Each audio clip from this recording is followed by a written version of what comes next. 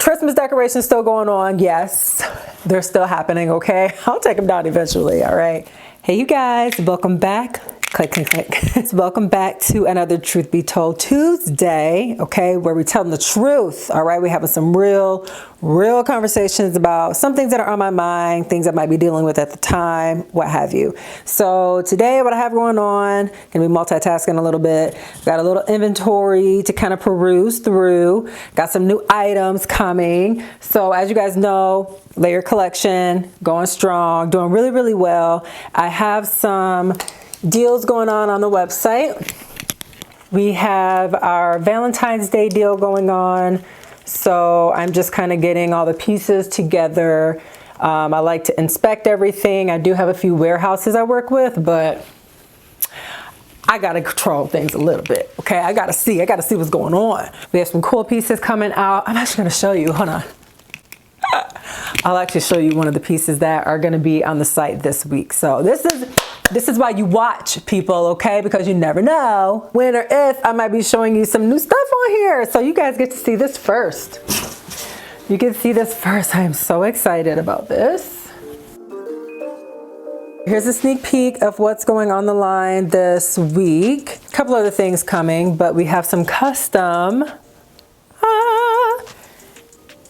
tie-dye joggers, crew neck sweater. Let's see if I can bring that back a little bit. Crew neck crew neck sweater, super cute, layer collection, joggers, multi-sex, you know what I'm saying? Not just for the women, men's can wear it too. But I got a few sizes coming on the site this week. These are really comfortable. You know I'm all about comfort, cute clothing. So that's kind of what I have going on. I have some other really nice items coming through the rest of this week and into the new month. Have the Valentine's Day deal going on right now. I'm just right now my mind is on spring though. I don't know what it is, but my mind is on spring. I'm definitely going to be leveling up some of the products and some of the material and things like that. Now that I have some basics kind of laid out and the foundation, you know, is being built, I can definitely start just upping things a little bit. So I'm really excited about spring. But in the meantime, it's all about the comfort clothes. It's all about being warm. It's all about, you know, being cute, booked and busy. And that is what those joggers are all about right now. So I'm excited about it. I hate that. Hold on. Other new releases on the website. Make sure you guys check it out, layercollection.com. So yeah, today, inventory day, getting things together. So I have a really cool networking event I'm going to at a photography studio in a couple of days. And I actually built a really good relationship with a local photographer. So the Layer Collection will be in the building with a few professional pieces, kind of just showcasing some of the things that we have on the line, letting people try things on, you know, checking out the material, and also be able to ask me styling questions if they're getting headshots done or have events coming up, you know, just being able to run some ideas past me. And the best thing about that is that, you know, I'm a hairstylist, right? 10 years in the game. 10 years in the game, hairstylist, makeup artist, all that good stuff. So I'll be able to give some total solutions on how they can just up their image, especially to some business owners and entrepreneurs. Who knows what that'll turn into? Stay tuned. I also have a podcast coming out. Okay, so as if I'm not doing enough, I have a podcast coming out, but I'm not doing it alone. I'll have a special person co-hosting with me, and it's going to be absolutely amazing. We already filmed a few episodes. They're going through edit right now, and they will be up. I think we're going to launch January 31st, maybe early February. Still working out a couple of the kinks, but I am super duper excited about that. So you guys, keep an ear out, keep an eye out. It will be filmed for YouTube. So yeah, special things coming, all good things coming. But truth be told, running a business is hard. And it's even harder when you deal with things like people pleasing. Sorry if I swipe my computer, but it's even harder when you deal with people pleasing like I do, okay? So people pleasing is something that I'm currently working on. I swear I will definitely be seeking therapy about that, because I can tell you that people pleasing has been one of the biggest sabotagers in my relationships. I didn't realize how much of a people pleaser I was until I really started to get into business as a cosmetologist and started building my own brand. It really happened when I became a salon manager, because when you're in leadership, you want to be, well, for me at the time, I thought being a strong leader was being liked. I thought it was being well liked. I thought it was kind of appeasing to everybody. I knew that you had to obviously do your job, and I knew that you had to, at least with my particular role, meet certain goals. But I figured, well, if I make everybody happy and I put their needs before mine, then I'll have no problem meeting my goal, because I'm the leader. You know what I mean? My job is to make everyone happy. My job is to retain my team and to find new talent and, you know, have my own clientele and build my clientele. So it wasn't until I was on a conference call and we had a district manager that did not play. Really, none of them played, but this one did not play. I love her though. I love her still to this day, but she did not play. And she literally said on the call, if you are not able to do XYZ, or you are not having strong conversations and very clear conversations with your team, if you're not able to clearly outline expectations for yourself and clearly outline expectations for your team, and if you're not able to influence them to hit that mark, not make them, but influence them, then you are in the wrong position. You cannot be in leadership. Leadership is not about making everyone happy. At some point, you have to give bad news. At some point, you have to truly coach and develop. And the only way you can do that is to have very clear, concise, black and white conversations. Not that there's no empathy, not that there's no feeling, not that you have to be a robot or that you don't have a human way of doing it, but you have to be about the business. She said this, she said, your job is to help protect the company's assets. That's a part of your job. And if you're giving deals that don't apply because you're trying to please the client all the time, you know, if you're doing all these things that are basically being a liability to the company, but you're doing it, you know, even with good intention, you're not managing assets. You're not even helping truly manage your people. You're not showing them that it's possible to really be successful in this role and do the right thing while charging what you charge, not charging any less. You know what I'm saying? And I was like, dang, she is right. Like, she's 100% right.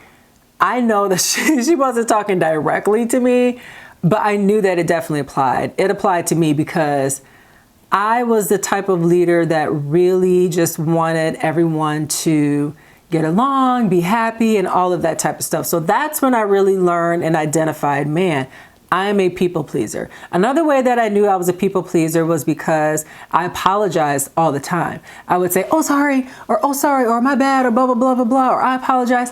And there was one time, I remember as a child, one of my friend's mom was like, why do you always say you're sorry? Like, even when it's not your fault, you're saying you're sorry. And so that really resonated with me as well. So I don't know, I think as I got older, I had to really dig deep and say, okay, where is the people pleasing coming from?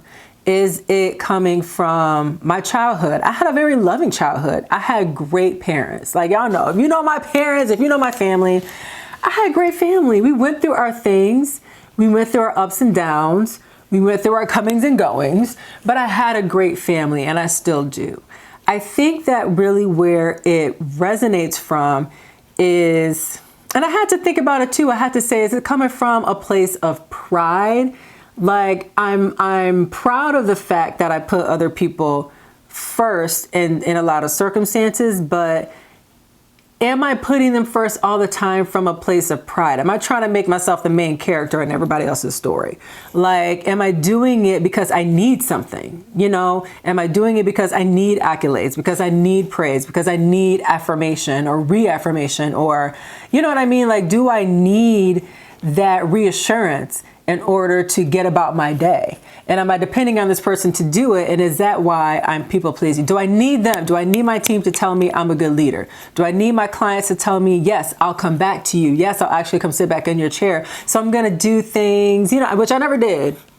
But I'm going to try to find the right service for them that fits their budget, but I'm never going to talk to them about more. I'm never going to give them more because I don't want to seem like I'm being too pushy. I start assuming, you know what I mean? Like I would just assume that because my services cost X amount of dollars, that people weren't going to pay for them.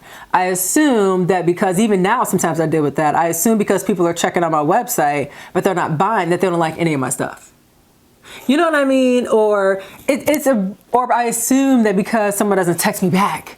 You know what I mean? Like if you don't text me back, I even dealt with this in marriage. It's like if you're not texting me back in a certain amount of time, not all the time, but especially when I was dealing with certain things, if you weren't texting me back right away and I didn't know why, then I would be in my head. I would have to like literally talk myself down off the ledge and be like, girl, like it's not that he hates you. It's not blah, blah, blah, blah, blah. You are not the main character in everybody's story. You are not the main character in everybody's story. Nothing's taught me this more than having a daughter, than having a child. Like, girl, you gotta calm down. You are not the main character in everybody. You might be the main character in your story, but you are not the main character in everybody's story. That's not to say that you're not valuable. It doesn't mean that you don't play an important role. It doesn't mean that you're not important or that you're not loved or that you're not cherished and valued. However, in your story, you need to be cherished and valued from yourself. And I know that it's like a cliche thing to say, but that's something that I'm truly continuing to work on, is not being afraid of rejection. Like I had to really realize that I am not everyone's person, especially in business. I was not everybody's stylist. First of all, I didn't know how to do everything. My team will tell you to this day, if you were coming in for certain looks, I know somebody to refer you to. They open on Tuesday. Don't you sit in my chair and ask me for certain things. Don't you sit in my chair and ask me for certain things. There's just things you're not gonna find and you're not gonna get from me because I have not cultivated that skill yet. And honestly, my books are too full with other things that I can't go do that right now. I'm going to refer you to somebody else. No harm, no foul, right? And that's okay. I had to learn that that's okay. When it comes to the personal life though, we're still working on that. When there's feelings involved, when it's personal relationships, it's hard not to take things personally. With business, it's black and white. It's black and white. Men lie, women lie, numbers don't lie. So the numbers I can get because there's metrics and there's things you can do and behaviors you can do to drive those things. And, once I got the people pleasing under control, I was able to really thrive in my business. But when it came to personal, that was hard, especially when it came to like dating relationships. Now, mind you, that's hard to do a truth be told on, to be honest. Like I thought about talking about that, but I've only had one boyfriend and that was my ex-husband. And I don't want to talk about him every time. I've talked to other people, you know what I mean? I've shared mutual interests with other people, but we didn't date, we weren't together. And so I only had one boyfriend. And that was my ex-husband. He was my only boyfriend, my first boyfriend I ever had. He was that was at age 26. So I started dating him, I feel like a little later than when everyone else was dating. So some of the relationship things that maybe people worked out in their early 20s, I had to work out in a long-term relationship and in a marriage. And it was with one person. So I didn't really date around, to do that. And I'm just not, I'll be honest, as much of a people pleaser as I am, I'm not a date around type of person. I just don't do it. I just don't. I know that I'm supposed to, I'm single. I know I'm single and I know that I'm supposed to be on my Lori Harvey, but I just can't. Like, it's one thing to date one person and then say, okay, we didn't mesh. We have an understanding like this is, or even just not understanding. It just isn't working, whatever.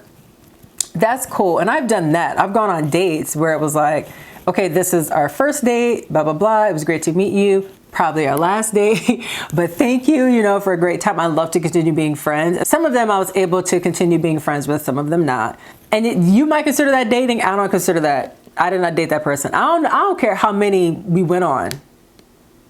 Unless it was mutual, we weren't dating. We weren't dating. We were dating, but we weren't dating. We didn't cultivate a relationship. We didn't really overcome anything. We were just hanging out and having a good time. Just want to make that clear. I've only had one man, and his name was Antonio Jesus Rodriguez. He was my ex-husband, and he is the father of my child. Not to say that if you know, date, there's nothing wrong with dating around or doing whatever you do.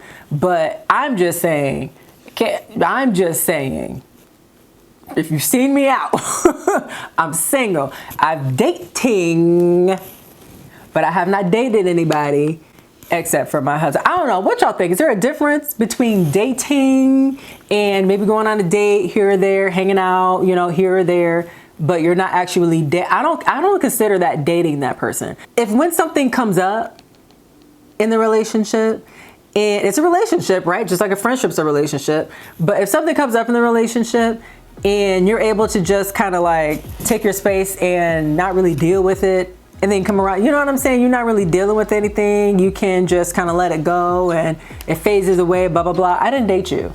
I went on a date with you, maybe, if that's even what we called it. I hung out with you, but we were not dating. I'm just making that clear. I had this one guy from a long time ago. I feel like it was college or something. But this one guy, they knew that we had hung out, you know, a few times. A mutual person knew that we hung out. So they were like, oh yeah, blah, blah, blah. Jennifer, wasn't that your girl? And he was like, yeah, that was my girl, blah, blah, blah. And he was, you know, he was all happy to kind of say, yeah, you know, we were together, blah, blah, blah. It just didn't work out. I said, no, we weren't. I went back, I corrected that. We weren't together. Nope. Maybe to him we weren't together. I mean, he was doing whatever he wanted to too. So nah, this wasn't your girl.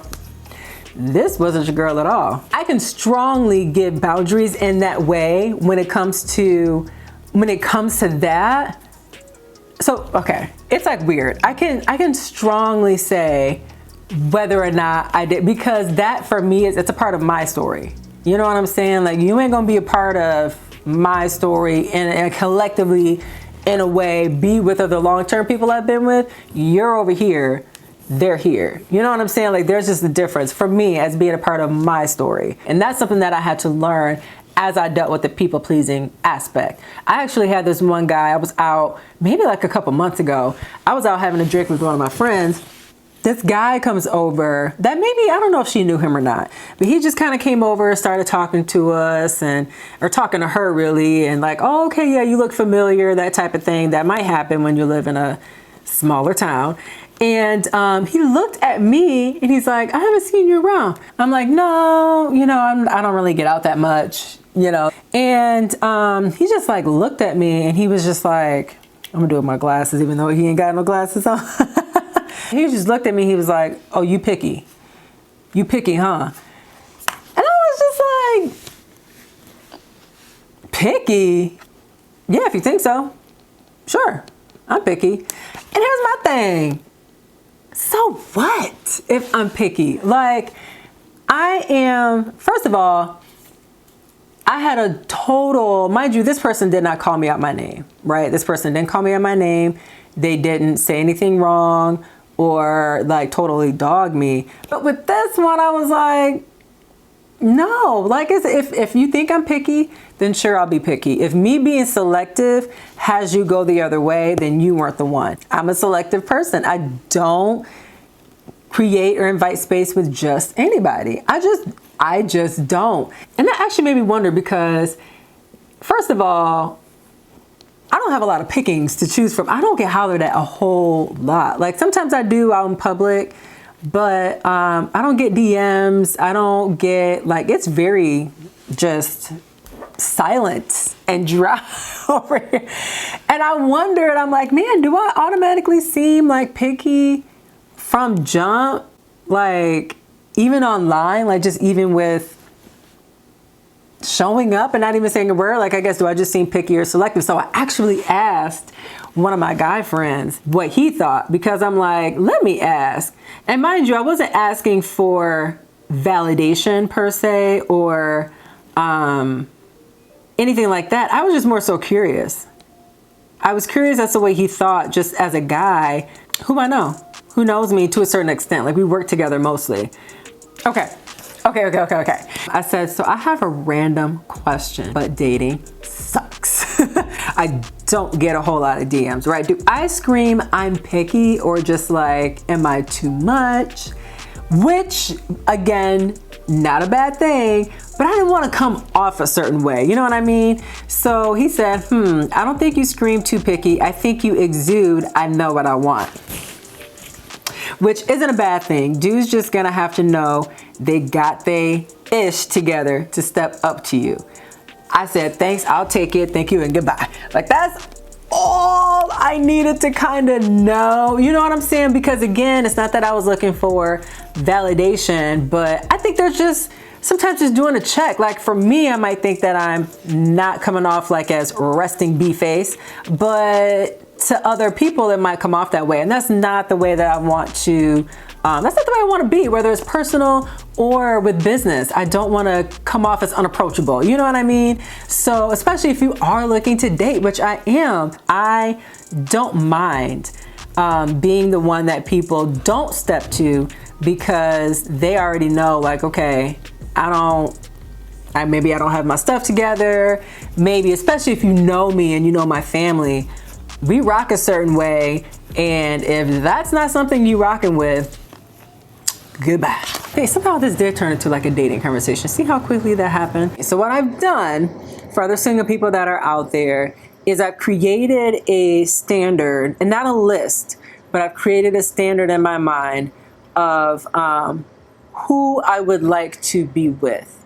And I speak about him now as if he's already this way. And I think this helps me when it comes to people pleasing and maybe thinking about like lowering my standards when it comes to dating, because I don't want to be seen as unapproachable, or I don't want to come off as a B. So why not give blah, blah, blah a chance, or a blah, blah, blah.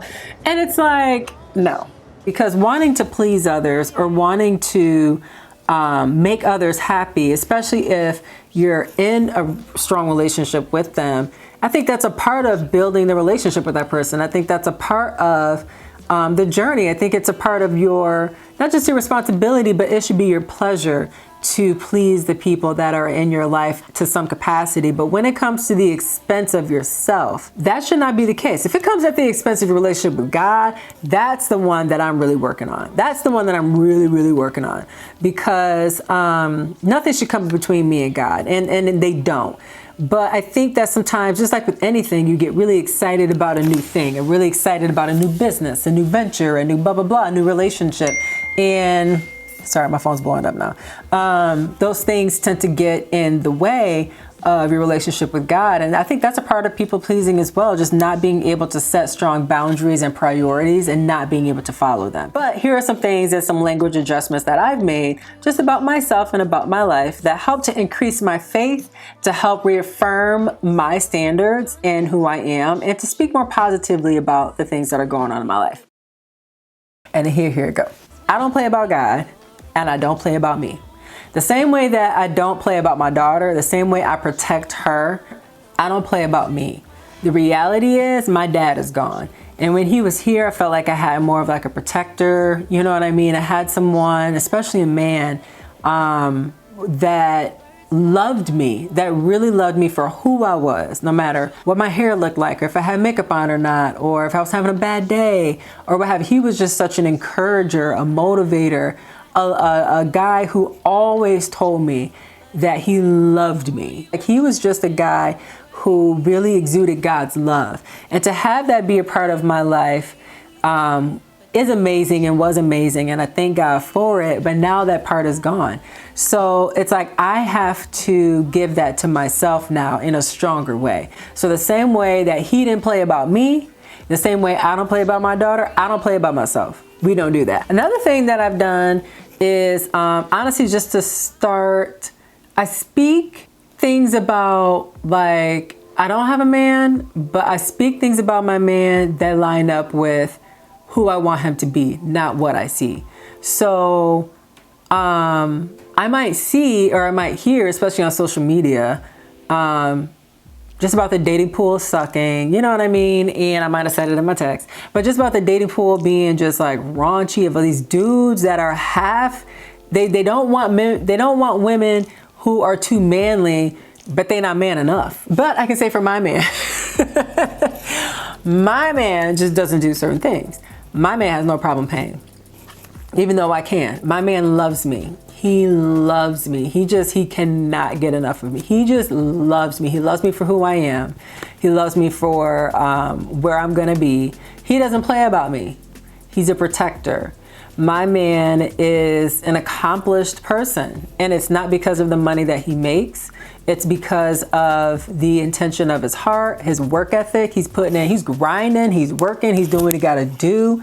He is a problem solver. There was one thing where I asked my dad, if you were to say or really desire one thing for me as your daughter, and I'm so glad I got a chance to ask him this, but I said, if there's, you know, a quality or a few qualities that you are looking for in a man for me, what would that be? And he said the number one quality, and really the only thing I ask, is that they love the Lord. That's just a given.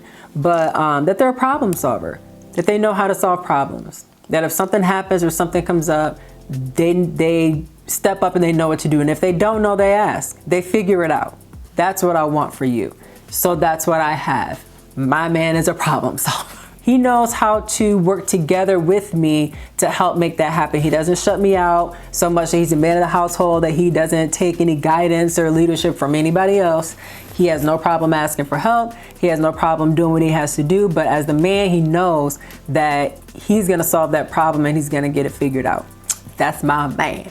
My man doesn't look at other pictures of women on social media. I'm sorry, that might be something that a lot of men are like, why would you expect someone not to do that? That's important to me. So my man doesn't like other pictures of other women, doesn't friend, no new friends. No new friends. They don't go around friending women on Instagram or YouTube or Facebook or TikTok or Reddit or Google Photos or Google Hangouts or GroupMe or MySpace or Black Planet or any other blog or site that there is out. They just don't do that. If they make friends at work, that's great. You're my work friend and you're literally someone that I work with, and that's it. I don't take that home. Like, for what? There's no need to know. No need. Not that and I had this one guy ask me, he's like, what do you mean? That means that you are going to be it and everything and all things for this guy. Like, you can't expect him to not find any other friends. But when you're in a relationship with someone, especially when you're married, come on now, like when you're married, yeah, I'm not the only female friend that you have. My rule of thumb is if they were there before me, I'm not going to try and take them away. But there's a boundary that you have there. There's one thing to pick a friend's brain and say, hey sis, you know, blah blah blah blah blah. You know, what should I get Jen, or what should I blah blah blah? What do you think? But we're not going to strangers though. No new friends. That shouldn't be going to somebody that's new that I don't know about.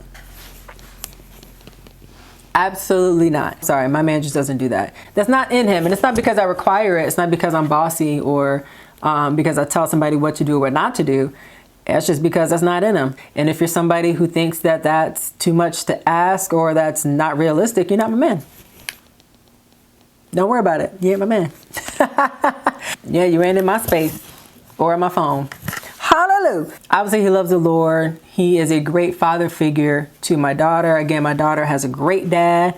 Doesn't need necessarily another dad in that capacity, but he loves my child just the way that she is. He speaks life into her. He speaks protection over her. He prays over her just like if she were his own. And of course, I speak life over the people that are in there, my friends, my family. I pray over them every single day. I pray over my businesses. I pray over myself. You know what I mean? I pray over things that exist, but things that aren't here yet. I speak a certain way about them, and I act a certain way about them, and I prepare myself a certain way for them so that I am ready when they come and that I know what I'm looking for. And I have no problem saying, you ain't it in this area. You're a little too, well, all men, da-da-da-da-da. So I know you ain't all men. My man ain't all men. He's my man. Okay, he's the Lord's man. Who's on the Lord's side? Yeah. That's my man. Okay. Okay, so here's some things. I actually looked it up, y'all. So truth be told, I Googled it. I came across LizzieMoat.com. What's up, girl? I came across a couple of different websites of how to overcome people pleasing. So if this is something that you deal with, here are just a few things that she recommended. And of course, I double check them against other resources. Definitely make sure that you are seeking therapy if it's something that is like it's a toxic, chronic way of treating yourself, putting other people before yourself constantly. Can honestly cause like illness, mental illness, anxiety, depression, because you are putting them on such a pedestal that they're not always going to be able to return the favor, nor do they desire to. So definitely make sure that you're seeking help if you need it. But overall, if these are things that you can just do on your own or with the help of friends or a therapist, please do, because life is precious.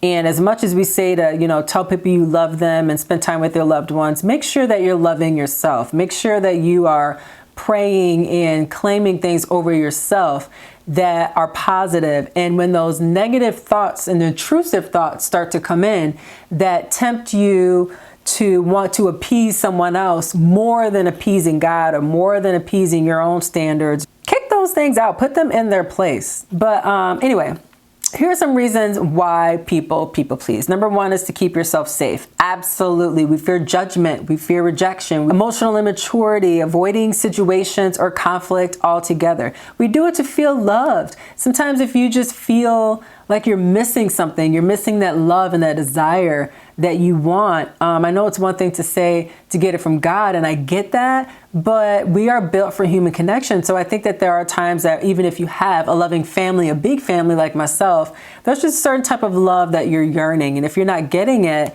then it could cause you to people please, to just do things outside of character. And that's not what you need to do, boo. That's not what we do. You're not seeing yourself as equal. This is where we see ourselves as less than others. When we do this, we revert back to the role of a child, and that those around us are authoritative figures. This right here might be the one, because I grew up in a very strong Christian household and had a very strong church environments growing up, and authoritative figures really were met with a lot without question. You know what I mean? Like if they said God said something, God said it. If they say do something, then you really tried to do it because you didn't want to upset, mom and dad, whatever it was. You don't see yourself as equal. And it's not to say that there's not a place and a title and a respect and an anointing on, pastors or bishops or reverends or whoever else, or even your parents or your bosses. And of course, you're not necessarily equal in title. There's roles, but you are of equal importance. God said there's no respect of a person. So if he's speaking to them, he can speak to you.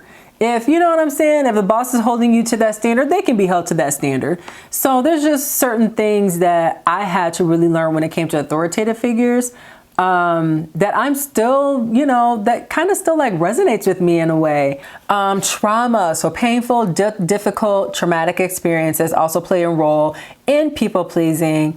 So we do that to just avoid those situations any further. If you have been maybe in a relationship and it just didn't work out and you have all this trauma from it, well, in the next relationship, you might find yourself people pleasing or over people pleasing or doing whatever you can to keep that person, or even just getting involved with that person at all, knowing that you don't want to, but you just don't want another failed thing, especially if you invested any sort of amount of time or emotion into it. You just don't want another failed situation. So you blame that trauma.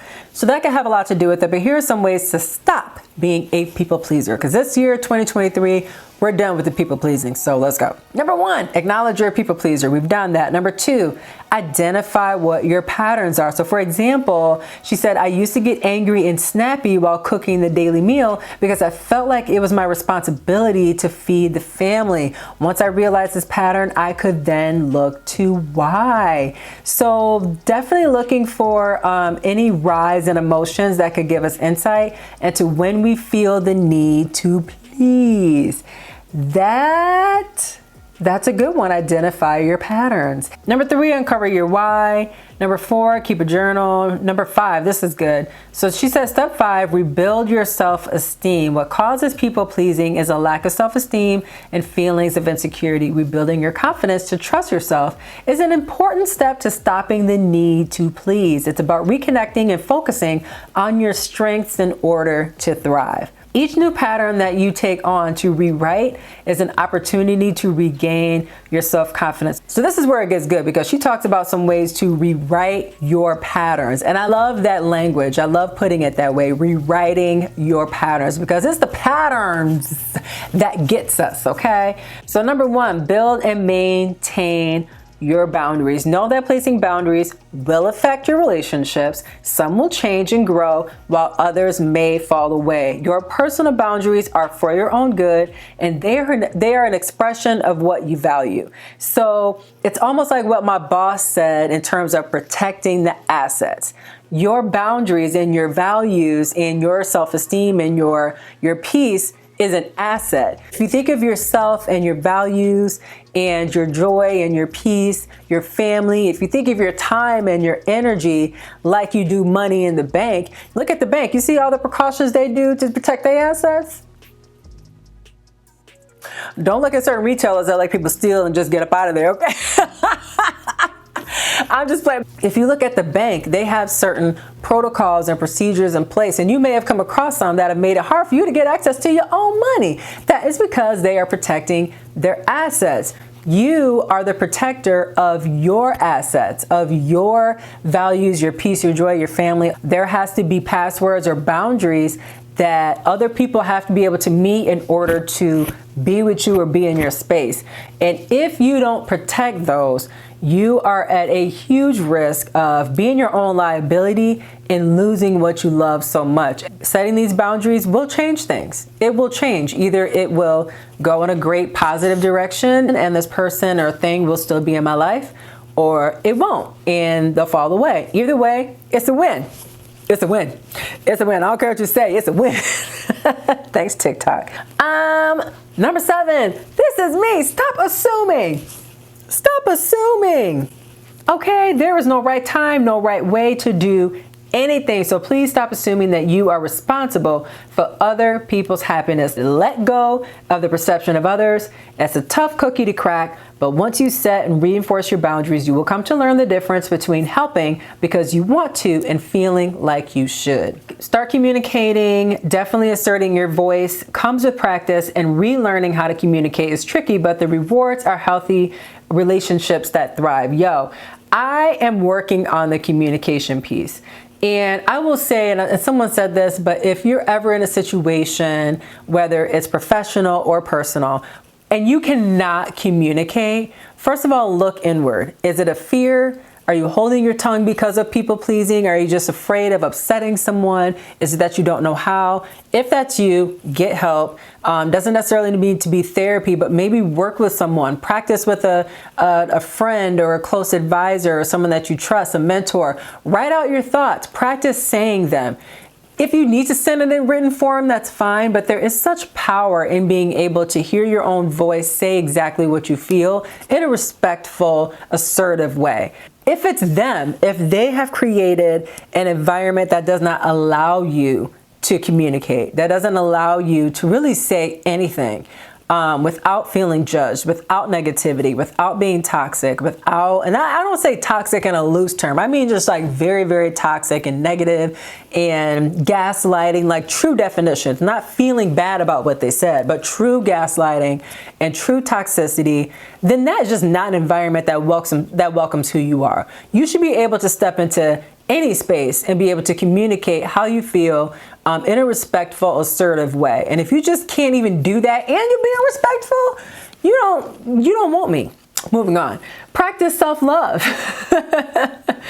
Practice self-love, maybe doing things like reminding yourself daily that you can't be everything to everyone, and that's okay, nor do you want to be. You being everything to everyone ultimately ends up meaning that you're trying to control everything and everyone. And everyone that's there, especially when I was like a manager and I, had a team, everyone that's there wanted to live up to their role. They wanted to do a good job. They wanted to learn. They wanted to do well. They didn't want to show up and have their job done for them, or, hey, let me help you out with this so that this can move along quick. They didn't want that. They wanted to fail if they had to in order to get better. And I had to sit back and let them. So it's the same way in your personal life. Like people that are in your life, your husband, or if you're in a relationship, your children, your parents, when you try to be everything to everyone, it's almost like you're ripping them of their own role in your life or in the situation. Allow them to be who they are. Ultimately, yeah, I think it does come down to control. There it is. This is really good. This is the last thing, and this is just so awesome. Know that uncomfortable feelings come with the terrain of healing and disrupting the need to please. It's a part of the learning. There's nothing to be afraid of. So don't run away from the uncomfortable feelings of having to say no with conviction. You know what I mean? Like, the uncomfortable feeling of saying, I'm sorry, that deal that you wanted, it's gone now. So no, you can't. Just being able to say, I'm sorry, we are all out of extra larges in the size, or just being able to say, I don't have plus sizes yet, but I will. You know what I mean? Like, there's just uncomfortable feelings that come with personal business relationships that are totally normal when it comes to healing. I think sometimes that we think that when we're healed and we're healing, it's like this, we're healing, everything's fine, everything's calm. Healing is bumpy, it's rocky, it's terrainy, it's up and down, it's overcoming. There are certain things with people pleasing or other things that you might be overcoming that just won't get mastered until you're faced with it again. Until I'm in another relationship, I can bring in all types of tools that I learned in singlehood, but I can only practice them in the relationship. So healing is going to bring about some uncomfortable feelings. It's okay. Take a breath, overcome them just by practicing, and allow yourself the grace to do it. And make sure the people that you're surrounding yourself with and that you're maybe practicing some of those things with are extending that grace to you as well. All right, y'all.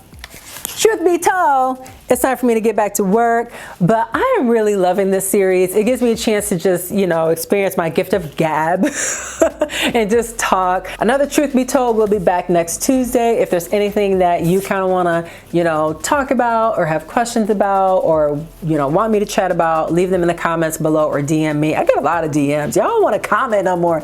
Everybody's DMing me or texting me. Comment or text me. No, comment. See, people pleasing.